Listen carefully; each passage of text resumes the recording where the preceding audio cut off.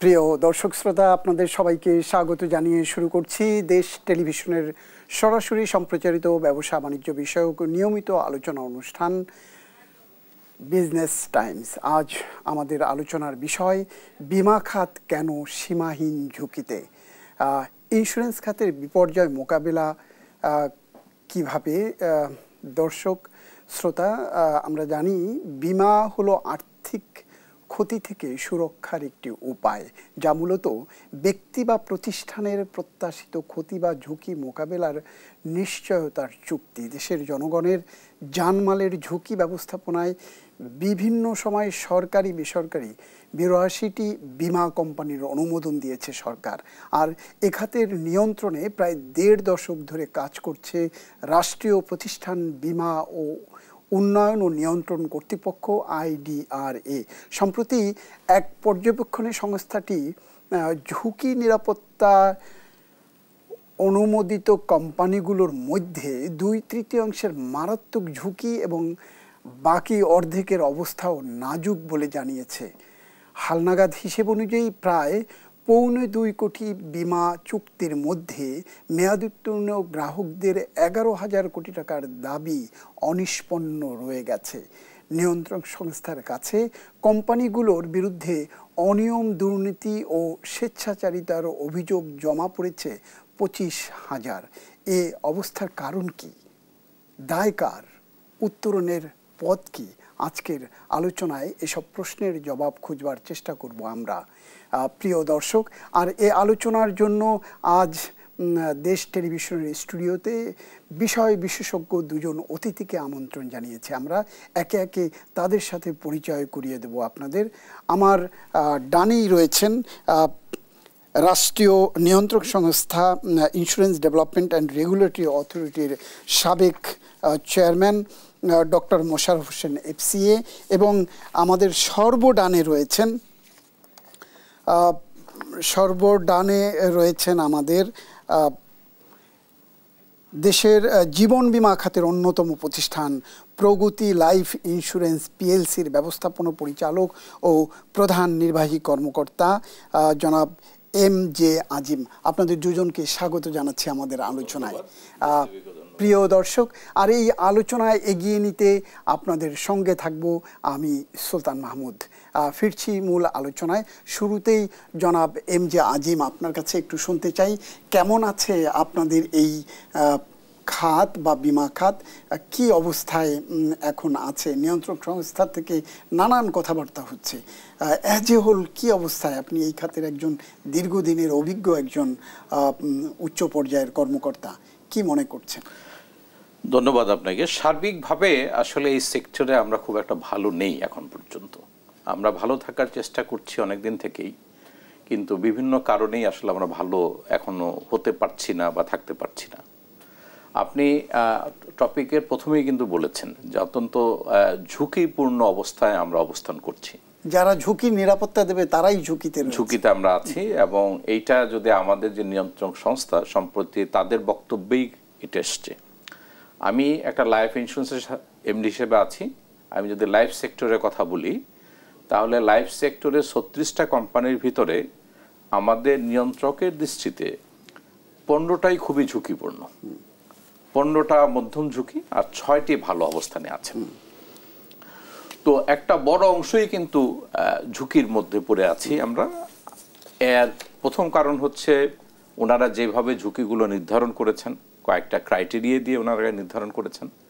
তার মধ্যে প্রথমত হচ্ছে বিমা দাবি পরিশোধের একটা ব্যাপার।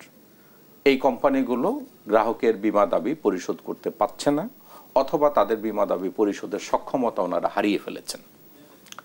কি কেন হারিয়েছেন এটা অনেক লম্বা আলোচনা, কিন্তু হারিয়ে ফেলেছেন। আর 15টা চলছে, কিন্তু তারা যথারীতি যেভাবে নিয়ম কানুন মেনে চলার কথা সেই জায়গায় তাদের যথেষ্ট ঘাটতি রয়েছে, এবং তারা আংশিক দাবি একটু সময় ক্ষেপণ করে দিলেও ভবিষ্যৎটা একটা কোশ্চেন মার্কের ভিতরে আছে। 6টা হয়তো চলছে নিয়ম নীতি মেনে, তারা হয়তো সমস্যায় পড়বে না। পাশাপাশি এই কোম্পানিগুলো পরিচালনা করার জন্য দক্ষ যে প্রফেশনালস, সেটার একটা বড় ঘাটতি আছে। ওনাদের সর্বশেষ তথ্য অনুযায়ী 19টা কোম্পানিতে কোয়ালিফাইড মুখ্য নির্বাহী কর্মকর্তা নেই, এবং এটা দূর করার জন্য ওনারা অনেক উদ্যোগ নিয়েছেন। সর্বশেষ উদ্যোগ যে ক্রাইটেরিয়াটাকে অনেক রিল্যাক্স করেছেন এবং একটা পুল তৈরি করার চেষ্টা করেছিলেন, সেখানেও ওনারা কিন্তু যোগ্য ক্যান্ডিডেট পান নাই। লাইফের জন্য 4 জনের একটা পুল তৈরি করতে পেরেছেন, নন লাইফে মাত্র একজন ক্যান্ডিডেট তারা যোগ্য মনে করছেন।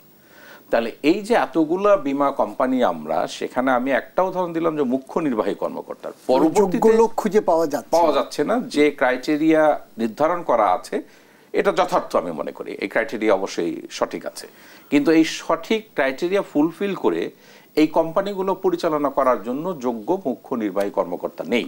ডাউন দি লাইন বিভিন্ন যে ডিপার্টমেন্টগুলো ইন্স্যুরেন্সের জন্য প্রয়োজন, স্পেসিফিক যদি আমি বলি, যেমন অবলিখন একটা, যারা রিস্ক ম্যানেজমেন্ট করেন, ইন্স্যুরেন্স ক্লেমস অ্যাসেসমেন্ট, রিইন্স্যুরেন্স ইত্যাদি খাতেও কিন্তু দক্ষ পেশাজীবী লোকের যথেষ্ট অভাব। আরেকটা পেশাজীবী সম্পর্কে আপনারা জানেন যে অ্যাকচুয়ারি ছাড়া লাইফ ইন্স্যুরেন্স সেক্টর চলতে পারে না। এই অ্যাকচুয়ারি কিন্তু বাংলাদেশে মাত্র প্র্যাকটিসিং অ্যাকচুয়ারি যিনি বাংলাদেশে অবস্থান করেন এরকম একজন মাত্র আছেন, উনিও প্রায় 80 বছরের কাছাকাছি। আরেকজন আছে, উনি অস্ট্রেলিয়া থেকে সার্ভিস দেন। একটা দুটো কোম্পানি হয়তো বাইরের কাউকে এনগেজ করেছে। এই অ্যাকচুয়ারি ছাড়া ভ্যালুয়েশন হবে না, প্রত্যেকটা বছরে যে ভ্যালুয়েশন করি। এবং নতুন যে আমরা প্রোডাক্টের কথা বলি, যে সময়ের সাথে সাথে আমাদের মানুষের চাহিদা পূরণের জন্য যে নতুন প্রোডাক্ট আনতে হবে, সেই প্রোডাক্টগুলো অ্যাকচুয়ালি ছাড়া ডিজাইন করা সম্ভব না। তো এই যে প্রফেশনালস লোকের ঘাটতি থাকার পরে কোনো রকম ফিজিবিলিটি স্টাডি না করে সম্পূর্ণ রাজনৈতিক কারণে এই 82টা কোম্পানিকে লাইসেন্স দেওয়া হয়েছে, এটা হচ্ছে একটা গোড়ায় গলদ বলে আমি মনে করি। আপনি কি মনে করেন যে প্রয়োজন অতিরিক্ত এগুলো? আমি অবশ্যই মনে করি, কারণ একটা এই খাতে কি পরিমাণ ইন্স্যুরেন্স কোম্পানি প্রয়োজন সেটার জন্য যে ফিজিবিলিটি স্টাডি করা দরকার ছিল, আমি ব্যক্তিগতভাবে মনে করি সেই স্টাডি করা হয়নি। মূলত রাজনৈতিক বিবেচনায় কোম্পানিগুলোকে দেওয়া হয়েছে। সেই কোম্পানি পরিচালনা করার জন্য যা আমি 2-3টা উল্লেখ করলাম আপনাকে, কোন সময় থেকে কোন সময় রাজনৈতিক বিবেচনায় দেওয়া হয়েছে এরকম কোনো? আমরা যদি মনে করি যে 13 সাল পর্যন্ত লাইফ কোম্পানি ছিল কিন্তু 17টা, 13 সাল থেকে আজ পর্যন্ত কিন্তু পরবর্তীতে 36টাতে গিয়ে দাঁড়িয়েছে। প্রাইভেট সেক্টর ওপেন প্রায় অর্ধেকই কিন্তু এই বিগত কয়েক বছর হয়েছে। সেটাও যদি যথার্থ ফিজিবিলিটি স্টাডি করে করা হতো তাহলে একটা কথা ছিল। অনেক যুক্তি আসতে পারে যেটা আমাদের প্রচুর লোক, আমাদের ইকোনমি বাড়ছে, সবই ঠিক আছে, কিন্তু এই অপরচুনিটি বা এই যে যথেষ্ট সম্ভাবনাময় খাত কিন্তু নিঃসন্দেহে লাইফ নন লাইফ যেটাই বলেন, আমাদের ইকোনমি বাড়ছে, মানুষের সংখ্যা বাড়ছে, মানুষের পার ক্যাপিটা ইনকাম বাড়ছে, লাইফস্টাইল উন্নতর দিকে যাচ্ছে, এগুলো সবই কিন্তু এই সেক্টরের উন্নতির ইন্ডিকেটর। কিন্তু আমরা এই সম্ভাবনাটা কাজে লাগাতে পারছি না, আমাদের প্রফেশনাল লোকের অভাব আছে। আমরা নিয়ম নীতি না মেনে কোম্পানিগুলো চালাচ্ছি। পাশাপাশি এই কোম্পানির লাইসেন্স অনেকেই নিয়েছেন যারা এই ইন্স্যুরেন্স ব্যবসা সম্পর্কে যাদের সামান্যতম ধারণাগুলো নেই। তারা অন্যান্য ব্যবসার সাথেই এটাকেও একটা ব্যবসা হিসাবে নিয়েছেন, কিন্তু ইন্স্যুরেন্স বিজনেসটা কিন্তু একটু ভিন্ন ধরনের। লাইফ ইন্স্যুরেন্সের একটা কথা বলি, এখানে ব্রেক ইভেনে আসতে গেলে স্ট্যান্ডার্ড, ইন্টারন্যাশনাল স্ট্যান্ডার্ডই ধরা হয় যে মিনিমাম 7 ইয়ার্সের পরে গিয়ে একটা ব্রেক ইভেন চিন্তা করতে হবে আপনাকে। কিন্তু আমাদের উদ্যোক্তারা তো 1 বছরের পরেই লাভ চায়, যার ফলে তখন তারা ম্যানেজমেন্টকে বিভিন্নভাবে প্রেশার ক্রিয়েট করে। আর প্রফেশনাল ম্যানেজমেন্ট না থাকার কারণে তারা এটা কাউন্টার দিতে পারে না, যার ফলে বিভিন্ন ধরনের যে পদ্ধতিগুলো অবলম্বন করেন, যার ফলে কোম্পানিগুলো যে নিয়ম নীতি মেনে চলার কথা ছিল সেটা চলতে পারেনি সেইভাবে ডেভেলপ করা। তাহলে আপনি বলতে চাইছেন আপনার সহকর্মী যারা এই খাতে কাজ করে তারা জেনে শুনে বিষ পান করেছে, ওরা পারবেন না জেনেও এই কোম্পানির দায়িত্ব নিয়েছে? প্রথম কথা হলো যারা লাইসেন্স পেয়েছেন তারা এই ব্যবসাটাকে বুঝতে পারেননি। যেমন আমি একটা উদাহরণ দিয়ে বলি, লাইফ ইন্স্যুরেন্সে লাইফ ফান্ড বলে একটা কথা আছে, যেখানে আপনারা পত্রপত্রিকায় দেখেন এই কোম্পানির লাইফ ফান্ড এত হাজার কোটি টাকা, এত হাজার কোটি টাকা। এই লাইফ ফান্ডটাকে যারা কোম্পানি নিয়েছেন তারা মনে করেছেন এটা তাদের টাকা। এটা আসলে ঠিক না, কোম্পানির নিজের টাকা। এটা কোম্পানির নিজের টাকা না। এই টাকাটা দিয়ে আপনি গ্রাহকের লায়াবিলিটি যে নিচ্ছেন, আপনি সেই লায়াবিলিটি মিট আপ করবেন। তো তারা প্রথমেই এখানে বোঝার একটা ভুল ছিল যে এই ব্যবসা আসলে বোধহয় হাজার হাজার কোটি টাকা আমাদের হয়ে যায়, কিন্তু আসলে তো তা না। তো এটা ছিল তাদের একটা বিষয়। আর যেহেতু এই যে দক্ষ জনশক্তি তৈরি হয়নি বিভিন্ন কারণে, যার ফলে আনপ্রফেশনাল লোক আসছেন, এই সেক্টরটা ওইভাবে ডেভেলপ হয়নি এই কারণে। আর একটা রেগুলেটর সরকার এই সেক্টরকে ভালো করার জন্য বীমা উন্নয়ন নিয়ন্ত্রণ কর্তৃপক্ষ গঠন করেছেন, খুবই একটা ভালো উদ্যোগ। কিন্তু এই অথরিটিকে প্রপার লজিস্টিক সাপোর্ট দেওয়ার যে প্রয়োজনটা ছিল সেটা কিন্তু ওনারা কখনোই পান নাই। প্রত্যেকটা অথরিটিতে যারা ছিলেন, সম্মানিত একজন প্রাক্তন নিয়ন্ত্রক উপস্থিত আছেন, উনিও চেষ্টা করেছেন, এখনও চেষ্টা করছেন, কিন্তু যে লজিস্টিক সাপোর্টটা দরকার সেই সাপোর্টটা কিন্তু সরকারের তরফ থেকে এই কর্তৃপক্ষ কখনোই পায়নি। আমি যদি এখনো বলি যে 82টা কোম্পানি আমাদের এখানে কাজ করছে, এই 82টা কোম্পানি দেখভাল করার জন্য যদি একজনও ডেডিকেটেড অফিসারের কথা বলেন, এই 82 জন অফিসার কিন্তু নাই এর যাতে। ধন্যবাদ। আমি আসবো আপনার কাছে আবার আলোচনায়। জনাব মোশাররফ হোসেন এফসি, আমি আপনার কাছে একটু জানতে চাই, আপনি এই বিমা খাতের ব্যবসার সাথে দীর্ঘদিন আপনি জানেন, চেনেন, এই ব্যবসা খাত সম্পর্কে আপনার ধারণা আছে। আপনি ছিলেন নিয়ন্ত্রক সংস্থার সদস্য, পরে অ্যাক্টিং চেয়ারম্যান এবং পূর্ণকালীন চেয়ারম্যানও আপনি ছিলেন। তো আপনার বিশ্লেষণ কি বলে, কেন এই ভারতের মতো এত বড় একটি দেশের অর্থনীতি, সেখানটাতে মাত্র 57টি বিমা কোম্পানি, আমরা যদি মালয়েশিয়ার কথা বলি সেখানে মাত্র 25টি বিমা কোম্পানি, বাংলাদেশে যদি অন্যান্য প্রতিষ্ঠানের কথাই বলেন, যদি আর্থিক প্রতিষ্ঠান বলেন 61টি ব্যাংক, যদি লিজিং কোম্পানির কথা বলেন 35টি, তো এই যে ব্যাংক এবং লিজিং কোম্পানি তাদেরকেও ছাড়িয়ে গেছে বিমা খাত, এত 82টি কোম্পানি, আপনার বিশ্লেষণটা কি? আপনি স্ট্যাটিস্টিক্স যেটা দিয়েছেন এটা ঠিকই দিয়েছেন যে একটুখানি এখানে ইমব্যালেন্সড হয়ে আছে। আরও যদি আপনি লিঙ্ক করেন ভারতের আপনার জিডিপি সাইজ, সেটার তুলনায় কিন্তু আমাদের দেশ হচ্ছে 1/10 to my knowledge, so far it is 12%। তো এখন তাহলে দেখা যায় ওদের যদি 57টা ইন্স্যুরেন্স কোম্পানি হয়, আমাদের হওয়া দরকার ছিল 12% অফ ইট। তো সেটা না হয়ে বরং দেখা যায় যে আরও অনেক বেশি, 82টা। তো 82টা যদি হয়ে থাকে বা একটা এরকম সাইজের ইকোনমিতে, তো সেখানে তো আসলে একটুখানি বলা যায় যে একটা মিসম্যানেজমেন্ট মতো দেখা যায় এবং একটা প্রেশার পড়বে ইকোনমিতে, বাকি আপনার ইমব্যালেন্সড হবে, এবং যেটা হয়েছেও বটে। ইন্স্যুরেন্স কোম্পানিগুলো দেখা যায় যে আপনার বিশেষ করে লাইফ সেক্টরে ইন্স্যুরেন্স কোম্পানি হয়তো যদি ওই কম্প্যারিজন আমরা যাই হয়তো 20টা হলেই সাফিসিয়েন্ট ছিল, সেখানে হচ্ছে এখন 36, সো অলমোস্ট ডাবল। তাহলে আপনার যেটা এমডি সাহেব বলছিলেন একটু আগে যে আপনার ইনফেরিয়র কোয়ালিটি অফ পিপল এখানে আপনার কাজ করার সুযোগটা পেয়ে যাচ্ছে, এবং তাদের সেই যে দক্ষতার লেভেলটা প্রয়োজন সেটা উন্নয়নেরও সুযোগ পাওয়া যাচ্ছে না, কারণ এত আপনার এখানে হচ্ছে সাপ্লাই অ্যান্ড ডিমান্ডের একটা বিশাল গ্যাপ তৈরি হচ্ছে। তো এইটার কারণে গিয়ে এটার ইম্প্যাক্টটা পড়ছে কোথায়, আপনার ভায়াবিলিটিতে, এই প্রতিষ্ঠানগুলোর যে সাস্টেইনেবিলিটি এবং ভায়াবিলিটি, এই জায়গায় গিয়ে কিন্তু আপনার ইভেনচুয়াল রেজাল্টটা আমরা দেখতে পাচ্ছি। এবং সেটার কারণেই এটা একটা ভিশাস সার্কেলের মতো। আপনার দেখা যায় যে কেউ হয়তো খারাপ করছে, এটা একটা সমাজে একটা ইম্প্যাক্ট নেগেটিভ যায়, তখন কিন্তু ভালোগুলোতেও বিজনেসটা কিন্তু ডাউন সাইজড হয় বা আপনার বিজনেস কমতে থাকে, ওভারঅল সেক্টর আস্থা হারিয়ে ফেলে। তো ফার্স্ট অ্যান্ড ফরমোস্ট যেটা হচ্ছে, যেটা উনি বললেন যে গোড়ায় গলদ, আসলে এতগুলো লাইসেন্স দেওয়াটা ঠিক হয়নি আর কি আমাদের, এবং যেটা হয়েছে হয়তো নানা কনসিডারেশন এটা দেওয়া হয়েছে, প্রসপেক্ট, ফিজিবিলিটি, এগুলো আসলে দেখা হয়নি, ইকোনমিক সাইজ। আজিম সাহেব বলছিলেন যে বিগত সরকারের সময়ে একসাথে অনেকগুলো কোম্পানি আমার যতদূর মনে পড়ে, বিগত সরকারের একটি গুরুত্বপূর্ণ সময়ে, ওই সময়ের মধ্যেই আপনি নিয়ন্ত্রক সংস্থার সদস্য ছিলেন এবং একটা অংশের সদস্য ছিলেন এবং চেয়ারম্যান ছিলেন। তো সেখানে এই নতুন কোম্পানি দেওয়ার ক্ষেত্রে নিয়ন্ত্রক সংস্থার কাছ থেকে কোনো রকম প্রয়োজনীয়তা যাচাই বাছাই বা আদৌ এটির ফিজিবিলিটি স্টাডি এরকম কি কোনো মতামত নেওয়া হয়? আসলে এটা হচ্ছে কি, আপনার সিস্টেমটা হচ্ছে আপনার টপ ডাউন প্রসেস। এর মানে হচ্ছে গভর্নমেন্টের হাই আপ যেটা ফিল করবেন সেটাই আপনার বলা যায় যে চলে আসে সরকার বলতে মন্ত্রণালয়, দেন আপনার কিন্তু রেগুলেটরি বডির কাছে পাঠায়।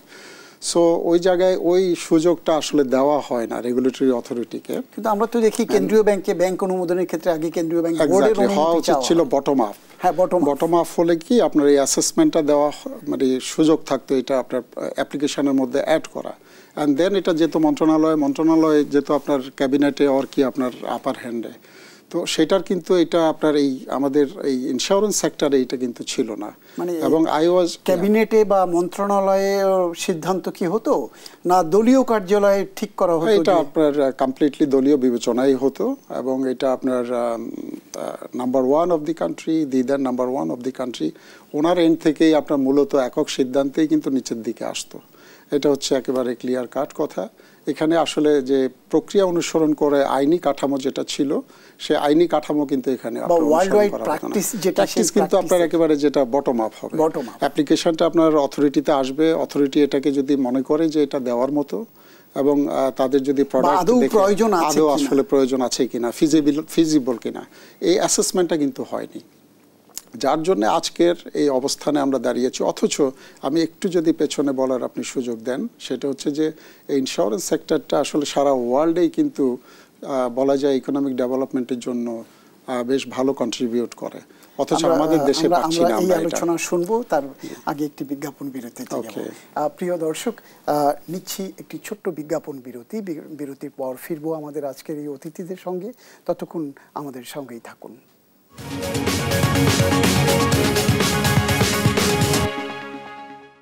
নেক্সট ব্রেকের আগে কয়টায় আমরা নেক্সট ব্রেক দেবো? এরপরে 14 মিনিট পর, মানে এখন 22 বাজে।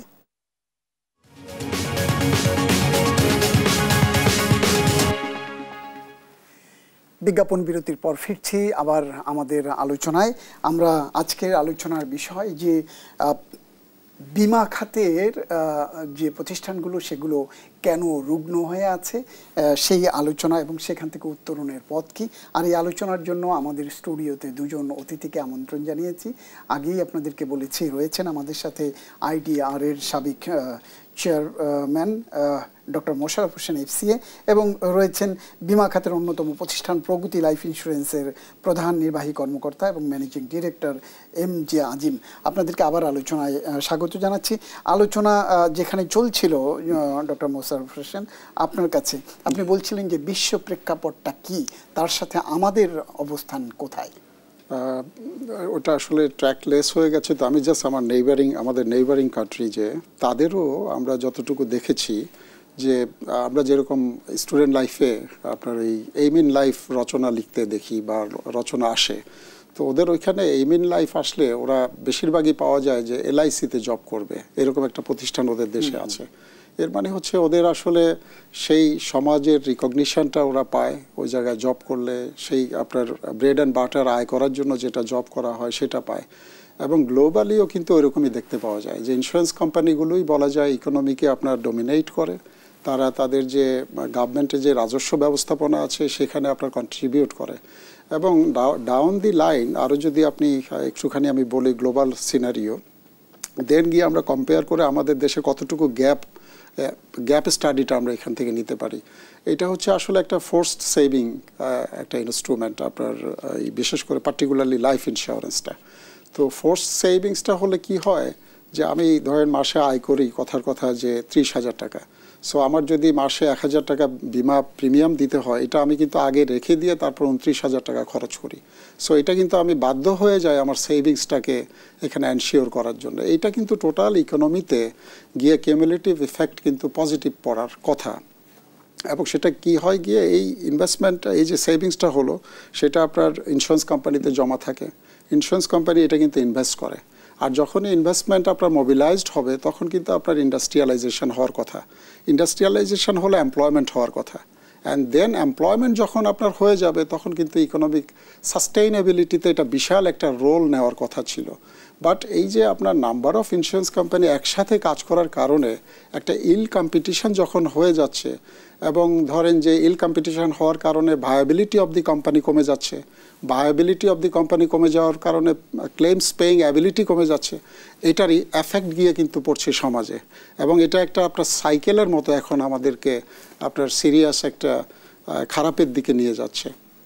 তো এটা থেকে বার হওয়ার জন্যে আমার মনে হয় যে আপনার প্রেজেন্ট যে রেগুলেটর আছে, রেগুলেটরি অথরিটি আছে, they have taken number of আপনার ইনিশিয়েটিভস। তার মধ্যে একটা আমরা উই আর টোল্ড যে ওনারা অথরিটি যে অ্যাক্ট আছে এইটা ফার্স্ট অফ অল কিন্তু রিফারবিশ করেছেন। সো এইটাতে কিছুটা যদি যেটা এমডি সাহেব বলেছেন প্রেক্ষাপটে যেটি এখন কি করতে চান সেটিকে অর্ডিন্যান্সটাকে নতুন একটি অর্ডিন্যান্স যেটা কর্তৃপক্ষ আইন যেটা আছে সেটাকে কিন্তু অলরেডি করা হয়েছে বলে আমরা জানি এবং এটা আপনার প্রয়োজনও ছিল। এবং প্রথম কথা হচ্ছে কর্তৃপক্ষ হচ্ছে যে এটা রেগুলেটর একদিকে, দেন হচ্ছে সেকেন্ড হচ্ছে ফ্যাসিলিটেটরও ইন্ডাস্ট্রিটাকে আপনার ডেভেলপ করার জন্য, যেহেতু এখানে দুটো শব্দই আছে, নিয়ন্ত্রণ এবং উন্নয়ন। এবং সেটার জন্য কিন্তু ওনারা অনেকগুলো ইনিশিয়েটিভ নিয়েছেন বলে আমরা পত্রপত্রিকায় দেখছি। যেমনটি হচ্ছে আপনার বীমা আইন যেটা আছে 2010-এর, এটাকে আপনার ওনারা চেঞ্জ করার জন্য কাজ করে ফেলেছেন। তারপরে অটোমেশন আনার জন্য কাজ করছেন। দেন রেকটেক সুপটেক নিয়ে কাজ করছেন বলে আমাদের যতটুকু আমরা দেখতে পাচ্ছি। দেন যেটা এমডি সাহেব বললেন যে আমাদের দক্ষ জনশক্তির, এটা আমিও অ্যাগ্রি করি যে দক্ষ জনশক্তির যথেষ্ট অভাব এই ইন্ডাস্ট্রিতে। বিকজ ওই যে ভিসা সার্কেল যেটা হচ্ছে যে আমার অ্যাবিলিটি থেকে শুরু হয়ে দেন হচ্ছে গিয়ে কোম্পানির সাস্টেনেবিলিটি থেকে আপনার ক্লেমস পেইং অ্যাবিলিটি, সেখান থেকে গিয়ে আমার আসলে কাস্টমারকে স্যাটিসফাই করার মতো অবস্থা না থাকার কারণে গিয়ে এই অবস্থাটা, এবং সেখানে এই কারণে দক্ষ জনশক্তিও আসতে চায় না। তো এখন প্রেজেন্ট যে আমাদের অথরিটি রয়েছে ওনারা কিন্তু এই যে অ্যাকচুয়ারিয়াল যে আপনার সাবজেক্টস রয়েছে এটার উপর ইনস্টিটিউট করার জন্য প্রক্রিয়া হাতে নিয়েছেন। তারপরে হচ্ছে চার্টার্ড ইন্স্যুরেন্স ইনস্টিটিউট, এগুলো আসলে আরও আগে প্রয়োজন ছিল বটে, but we are happy seeing this type of initiatives. আপনি যখন দায়িত্বে ছিলেন তখন কি এটি আপনাদের অনুভূতিতে কাজ করেছে? আমরা তখন আসলে এটা ফেজ আউট করে আমাদের প্ল্যানে ছিল, তবে এখানে একটা এখনও কিন্তু সে লং ওয়ে টু গো, কারণ এখানে প্রায় 42টার মতো রেগুলেশন করার প্রয়োজন ছিল। তো আমরা বেশি ফোকাস দিয়েছিলাম যে রেগুলেটরি ফ্রেমওয়ার্কটাকে আসলে ঠিক করার জন্যে। আর একটা কাজও আমরা করার চেষ্টা করেছিলাম যে অ্যাকচুয়ারিয়াল যে আপনার প্রফেশন রয়েছে এটাকে ডেভেলপ করার জন্য মন্ত্রণালয়ের সাথে কথা বলে সেখানে একটা স্কলারশিপের আমরা ব্যবস্থা করেছিলাম, কিন্তু রেসপন্স ওয়ার সো পুয়ার। আসলে ওই যে দিনের শেষে একই কথা যে আপনার এখানে প্লেসমেন্টটা যদি ব্যাংকের মতো হতো, আমি জাস্ট নাম বলেই বলে ফেলছি, বাকি আদার সাবসেক্টর যেগুলো আছে আমাদের যে কি ফাইন্যান্সিয়াল ইনস্টিটিউটস, সেখানে non banking financial institutes, even then stock market, সেখানে যেই ধরনের ফ্রিঞ্জেসগুলো থাকে সেটা ইন্স্যুরেন্স কোম্পানিতে আসলে নেই। ওখানটা তো এত কিছু থেকে ওখানেও তো স্বস্তির নিঃশ্বাস নেই। ওইখানে বিশেষ করে মানি মার্কেটগুলো, যেটা স্টক মার্কেটে হ্যাঁ কিছুটা হয়তো এখন আপনার একটা জায়গায় যাচ্ছে, স্ট্যাবিলিটির দিকে যাচ্ছে বলে মনে হচ্ছে, বাট মানি মার্কেটে তো ওই যে আপনার যে প্রবলেমটা তৈরি হয়ে আছে ওইটার কারণে আসলে আরও কিছু সময় লাগবে এগুলো রিপেয়ার হতে, ওই কারণে হয়তো স্বস্তির নিঃশ্বাস। বাট একটা সময় কিন্তু ছিল, সেটা ডাউন হয়েছে তো লাস্ট আপনার কাপল অফ ইয়ার্সে, এবং একটা সময় কিন্তু আমরা দেখেছি যে নন ব্যাংকিং ফাইন্যান্সিয়াল ইনস্টিটিউট তারা কিন্তু বছর শেষে 12-13টা আপনার ইনসেন্টিভও দিত বছর শেষে। তো এইটা কিন্তু একটা বড় ধরনের একটা ফ্রিঞ্জ ফর দি এমপ্লয়িজ হয়ে গেছে, এখন তো আর পাচ্ছে না। এখন ফিউ কোম্পানিজ আছে, ব্যাংকস বাকি এনবিএফআইস, তারা পাচ্ছে। আপনি বলতে চাইছেন যে এখনকার বর্তমান যে যারা ইডরাতে আছেন বা ইডিআরএতে আছেন তারা এখন এটিকে একটি পরিকল্পনা নিয়ে এগোতে চাইছে বা তাদের কর্মতৎপরতা দেখা যাচ্ছে? আমি এটা ভালোভাবে অ্যাপ্রিসিয়েট করেই বলবো যে এই বড় যে কাজ আপনার হয়তো একটা আপনি নিজে আনবেন, আই থিঙ্ক এটা একবারে টেবল অফ দি টক, আর সেটা হচ্ছে যে আপনার যে রেজুলেশন, আপনার বাকি আপনার ব্রিজ ইনশিওরার, এই জিনিসগুলো নিয়ে যে এটা আমি দেখার সুযোগ হয়েছে, এটা কিন্তু আসলে বড় একটা কাজ, বিশাল একটা কর্মযজ্ঞ। তারপরে ওই যে আপনার কর্পোরেশন অ্যাক্ট, তারপরে আপনার সলভেন্সি মার্জিনের রেগুলেশন, এগুলো করে দিতে পারলে আসলে অনেক দূর এগোয় কিন্তু। ধন্যবাদ। আমরা একটু জনাব এমজে আজিম আপনার কাছে আবার আসতে চাই। উনি বলছিলেন যে আসলে প্রিমিয়ামের যে টাকাগুলো আমরা আপনার যারা গ্রাহক তার কাছ থেকে নিয়ে সেটি যে তহবিলে রাখবার কথা এবং সেই তহবিল থেকে সেটি একটি লাভজনক বিনিয়োগে যাবার কথা, সেটি না করে আমরা দেখছি হর হামেশা এই আপনাদের ইন্স্যুরেন্স কোম্পানিগুলো সেগুলো অলাভজনক বা দীর্ঘমেয়াদী যেখানটাতে বিশেষ করে জমি বা অ্যাসেটের সেখানটাতে বিনিয়োগে চলে যায়, এবং যে কারণে যখন গ্রাহকের মেয়াদ পূর্তি হয়ে যায় তখন টাকা দিতে পারে না অধিকাংশ ক্ষেত্রে। জালিয়াতি তো আছেই আপনাদের এই খাতে। তো এই চিত্রটি কেন? এই ব্যাপারে আপনাদের সাথে আপনাদের যারা, আপনি কোম্পানির একজন শীর্ষ পর্যায়ে কর্মকর্তা, যারা উদ্যোক্তা, তাদের সাথে আপনাদের এটি কিভাবে সঠিক ধারায় ফিরিয়ে আনা যায় সে নিয়ে কি আপনাদের কোনো আলোচনা হয়?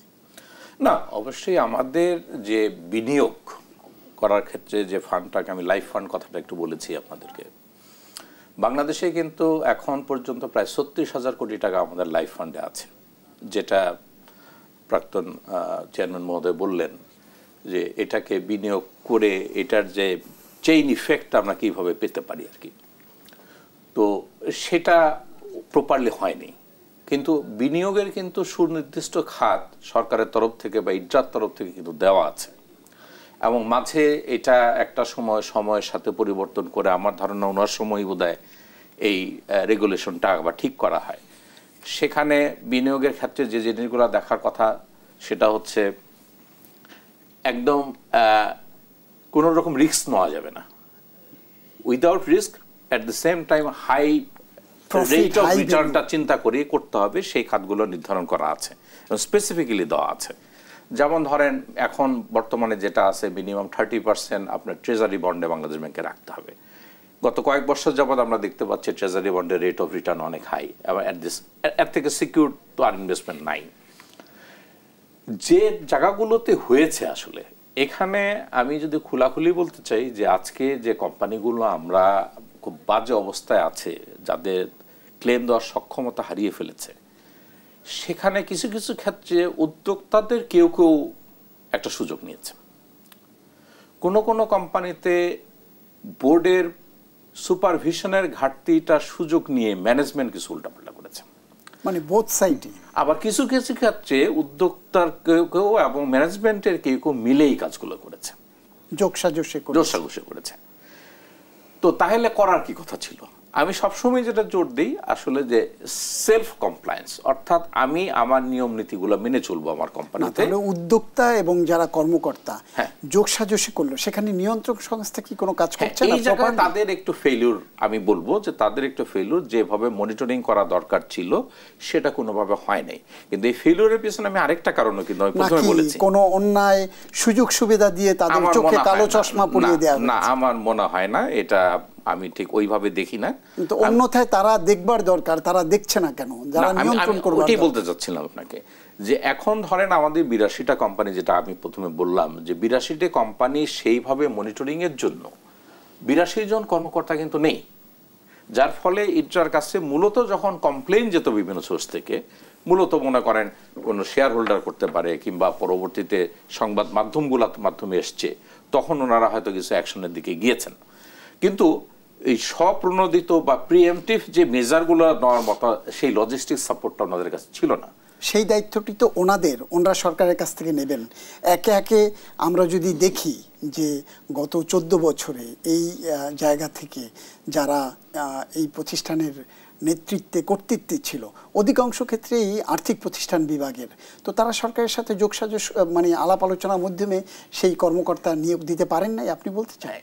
আমরা প্র্যাকটিক্যালি যেটা দেখতে পাচ্ছি সেটার ভিত্তিতে আমি বলি, এটা হয়তো ওরা আরো ভালো বলতে পারবেন, কিন্তু যে পরিমাণ অলরেডি অ্যাপ্রুভড ম্যান পাওয়ার সেটাও বোধহয় এখন পর্যন্ত নাই। এর থেকে কিন্তু আসলে বেশি দরকার, কিন্তু সেটা হয়নি যে কারণেই হোক, যার ফলে এইখানে কিন্তু একটা সুযোগ ছিল যে রেগুলেটরের এই প্রপার মনিটরিং এর যে দুর্বলতার সুযোগটা অনেক কোম্পানি নিয়েছে, যার ফলে আজকে এই কোম্পানিগুলোর কিন্তু এই পর্যায়ে আমরা আসছি। আরেকটা যেটা আমি সবসময় বলি যে প্রফেশনাল ম্যান পাওয়ার যদি ওই রকম না থাকে তাহলেও কিন্তু তারাও এর ভিতরে, যেমন আমি যদি বলি যে আমাদের প্রগতি লাইফের কথা বলি, যে প্রগতি লাইফের ইনভেস্টমেন্টের এই অবস্থা, আমরা যথেষ্ট ভালো অবস্থানে আছি, আমরা ক্লেম নিয়ে কোনো কমপ্লেন নেই কেন? এখানে কিন্তু ম্যানেজমেন্ট এবং মালিক পক্ষ যেহেতু দুটো পক্ষই ভালো ছিল, তারপরেও যদি মনে করেন কোনোভাবে কোনো রকম ইনভেস্টমেন্ট নিয়ে সুযোগ ছিল, ম্যানেজমেন্ট থেকে কিন্তু আমরা খুব স্ট্রংলি অপোজ করেছি যে না, এখানে ইনভেস্টমেন্ট করা যাবে না, তাহলে রিস্ক ফ্যাক্টর। তো এটাও অনেক কোম্পানিতে কিন্তু যারা ম্যানেজমেন্টে ছিলেন তারা হয়তো ওইভাবে অপোজ করার মতো এটা শো করতে পারেননি। তো সম্মিলিতভাবে যখন হয় রেগুলেটর, প্রগতির বিরুদ্ধেও তো আপনার বন্দুকি জমি, বেশি দামে বন্দুকি জমি কেনবার একটি অভিযোগ এসছে।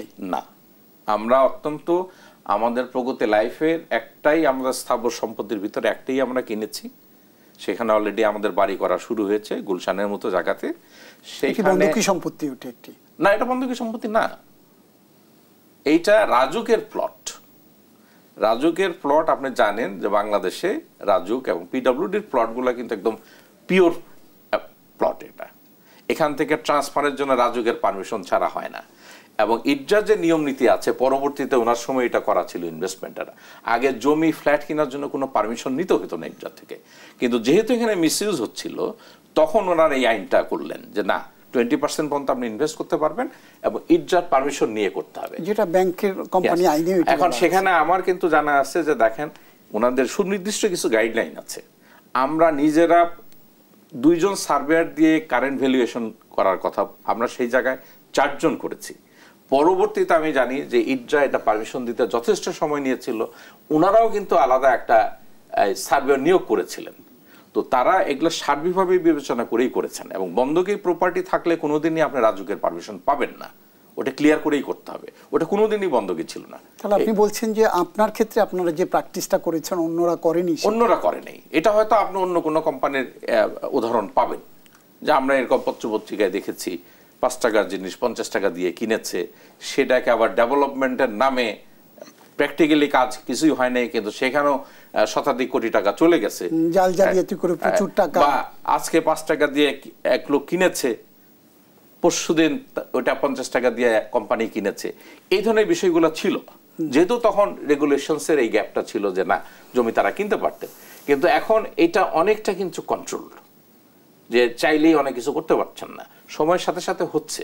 রেগুলেটররা যে আমার জানা মতো, আমি প্রায় ধরেন এই সেক্টর তো দীর্ঘদিন, তার মধ্যে এমডি হিসাবে প্রায় 14-15 বছর যাচ্ছে, যার কারণে তখন ইডরার সাথে প্লাস অ্যাসোসিয়েশনের সাথে থাকার কারণে ইডরার সাথে বিভিন্ন মিটিং। বাট আমি মনে করি না যে ওই ধরনের আপনি যে কথাটা বললেন যে রেগুলেটরকে ম্যানেজ করে, সেটা হয়নি।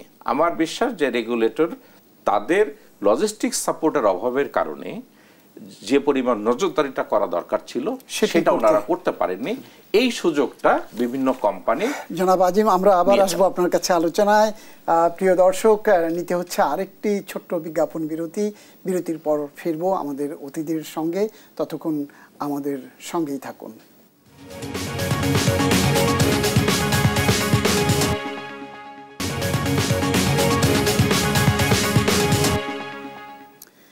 প্রিয় দর্শক শ্রোতা, বিজ্ঞাপন বিরতির পর আবার ফিরছি আমাদের আলোচনার বিষয় বিমা খাতের এই করুণ পরিণতি বা ঝুঁকি, যারা ঝুঁকি দূর করবার কথা, ঝুঁকিতে রক্ষা কবচ হিসেবে কাজ করবার কথা, এখন তারাই ঝুঁকিতে পড়ে গেছে সেই কোম্পানিগুলো। সেখান থেকে উত্তরণের পথ কি, সেই আলোচনা নিয়ে আমাদের অতিথির সঙ্গে ছিলাম। ইতিপূর্বে আমাদের অতিথিদের পরিচয় করিয়ে দিয়েছি আপনাদের সঙ্গে। আমি এবারের আলোচনায় আসতে চাই আপনার জনাব মোশাররফ হোসেন, আপনার কাছ থেকে।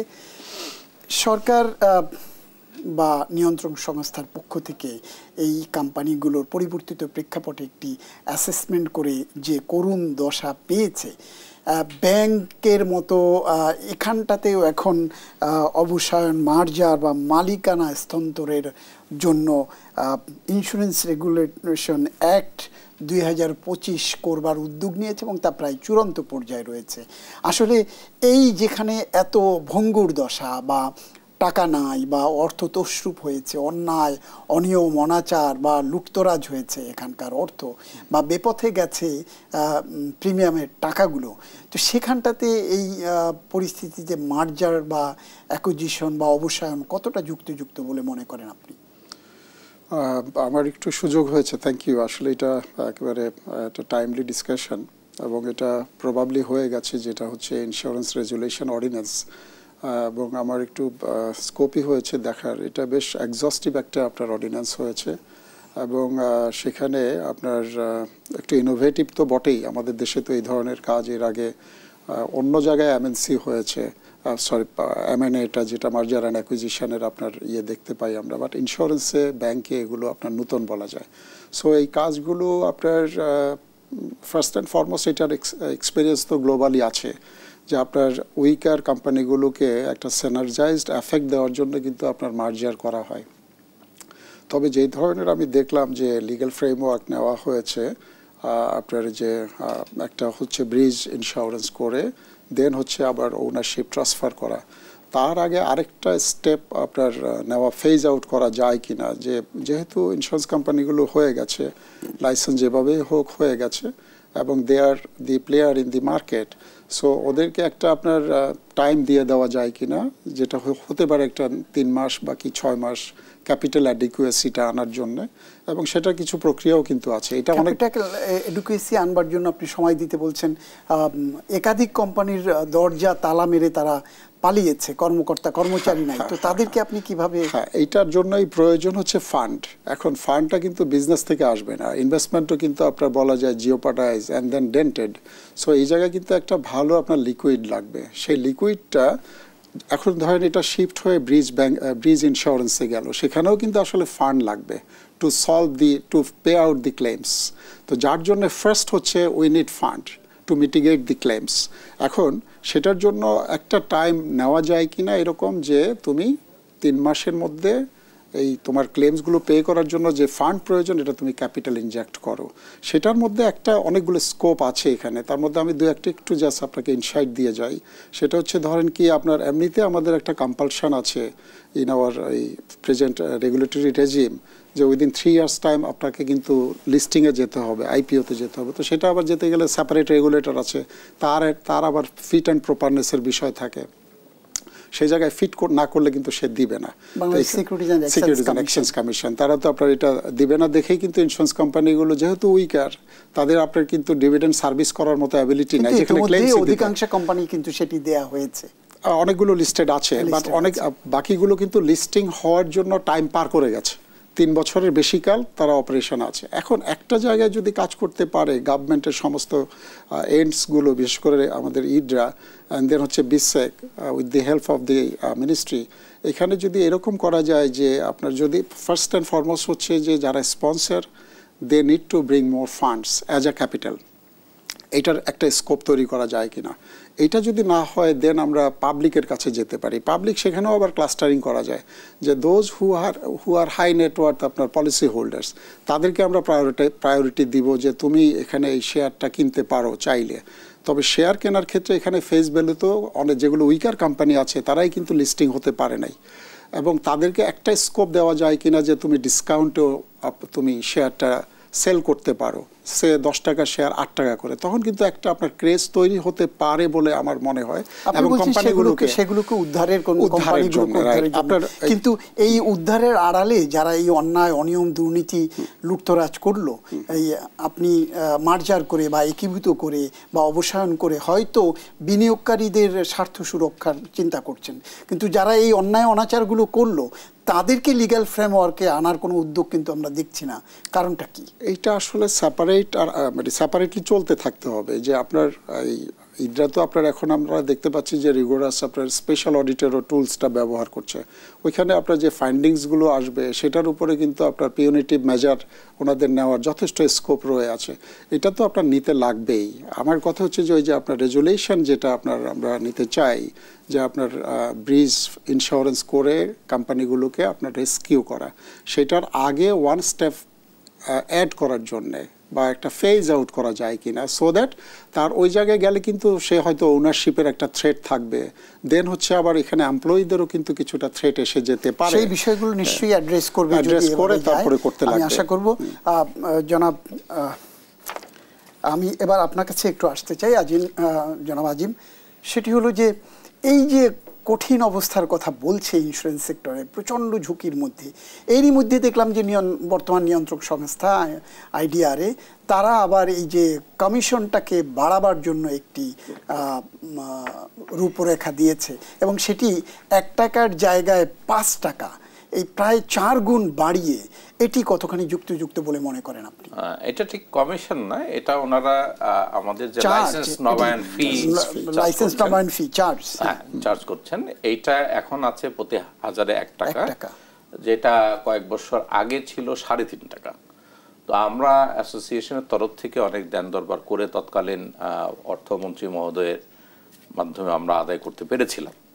কারণ আমাদের ইন্স্যুরেন্স কোম্পানিগুলো খরচ করার কিন্তু একটা অ্যালাউয়েবল লিমিট আছে, এটা ইডরার প্রবিধানে দেওয়া আছে স্পষ্টত। কিন্তু এখানেও আমরা অনেক কোম্পানি এই অ্যালাউয়েবল এক্সপেন্সের ভিতরে ছিলাম না।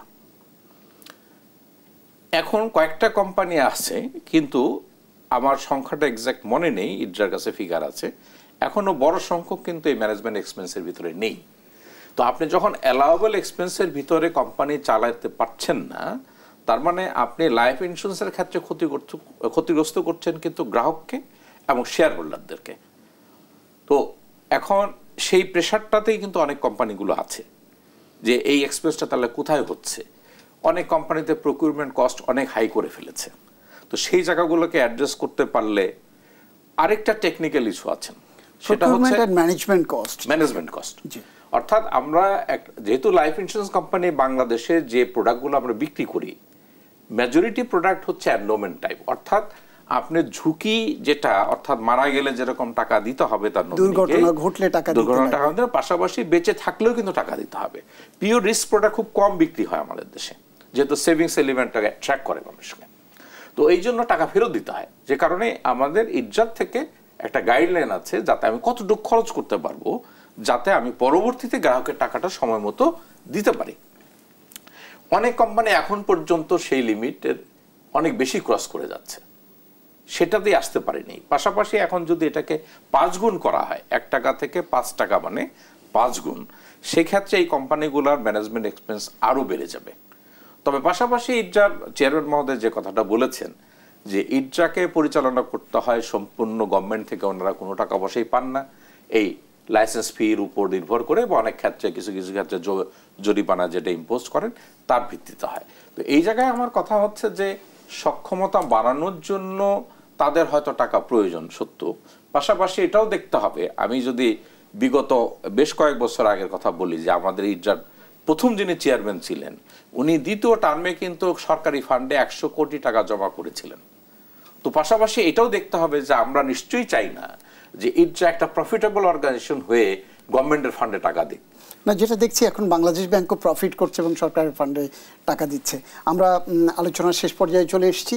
আমাদের সঙ্গে থাকবার জন্য আপনাদের দুজনকে অনেক ধন্যবাদ। প্রিয় দর্শক, আলোচনা শেষ করব।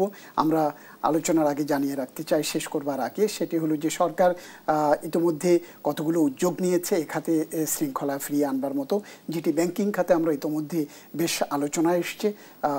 ইন্স্যুরেন্স সেক্টরেও বর্তমান যে নিয়ন্ত্রক সংস্থা, তাদের মধ্যে নানামুখী উদ্যোগ প্রচেষ্টা আমরা দৃশ্যমান হচ্ছে বলে মনে করি।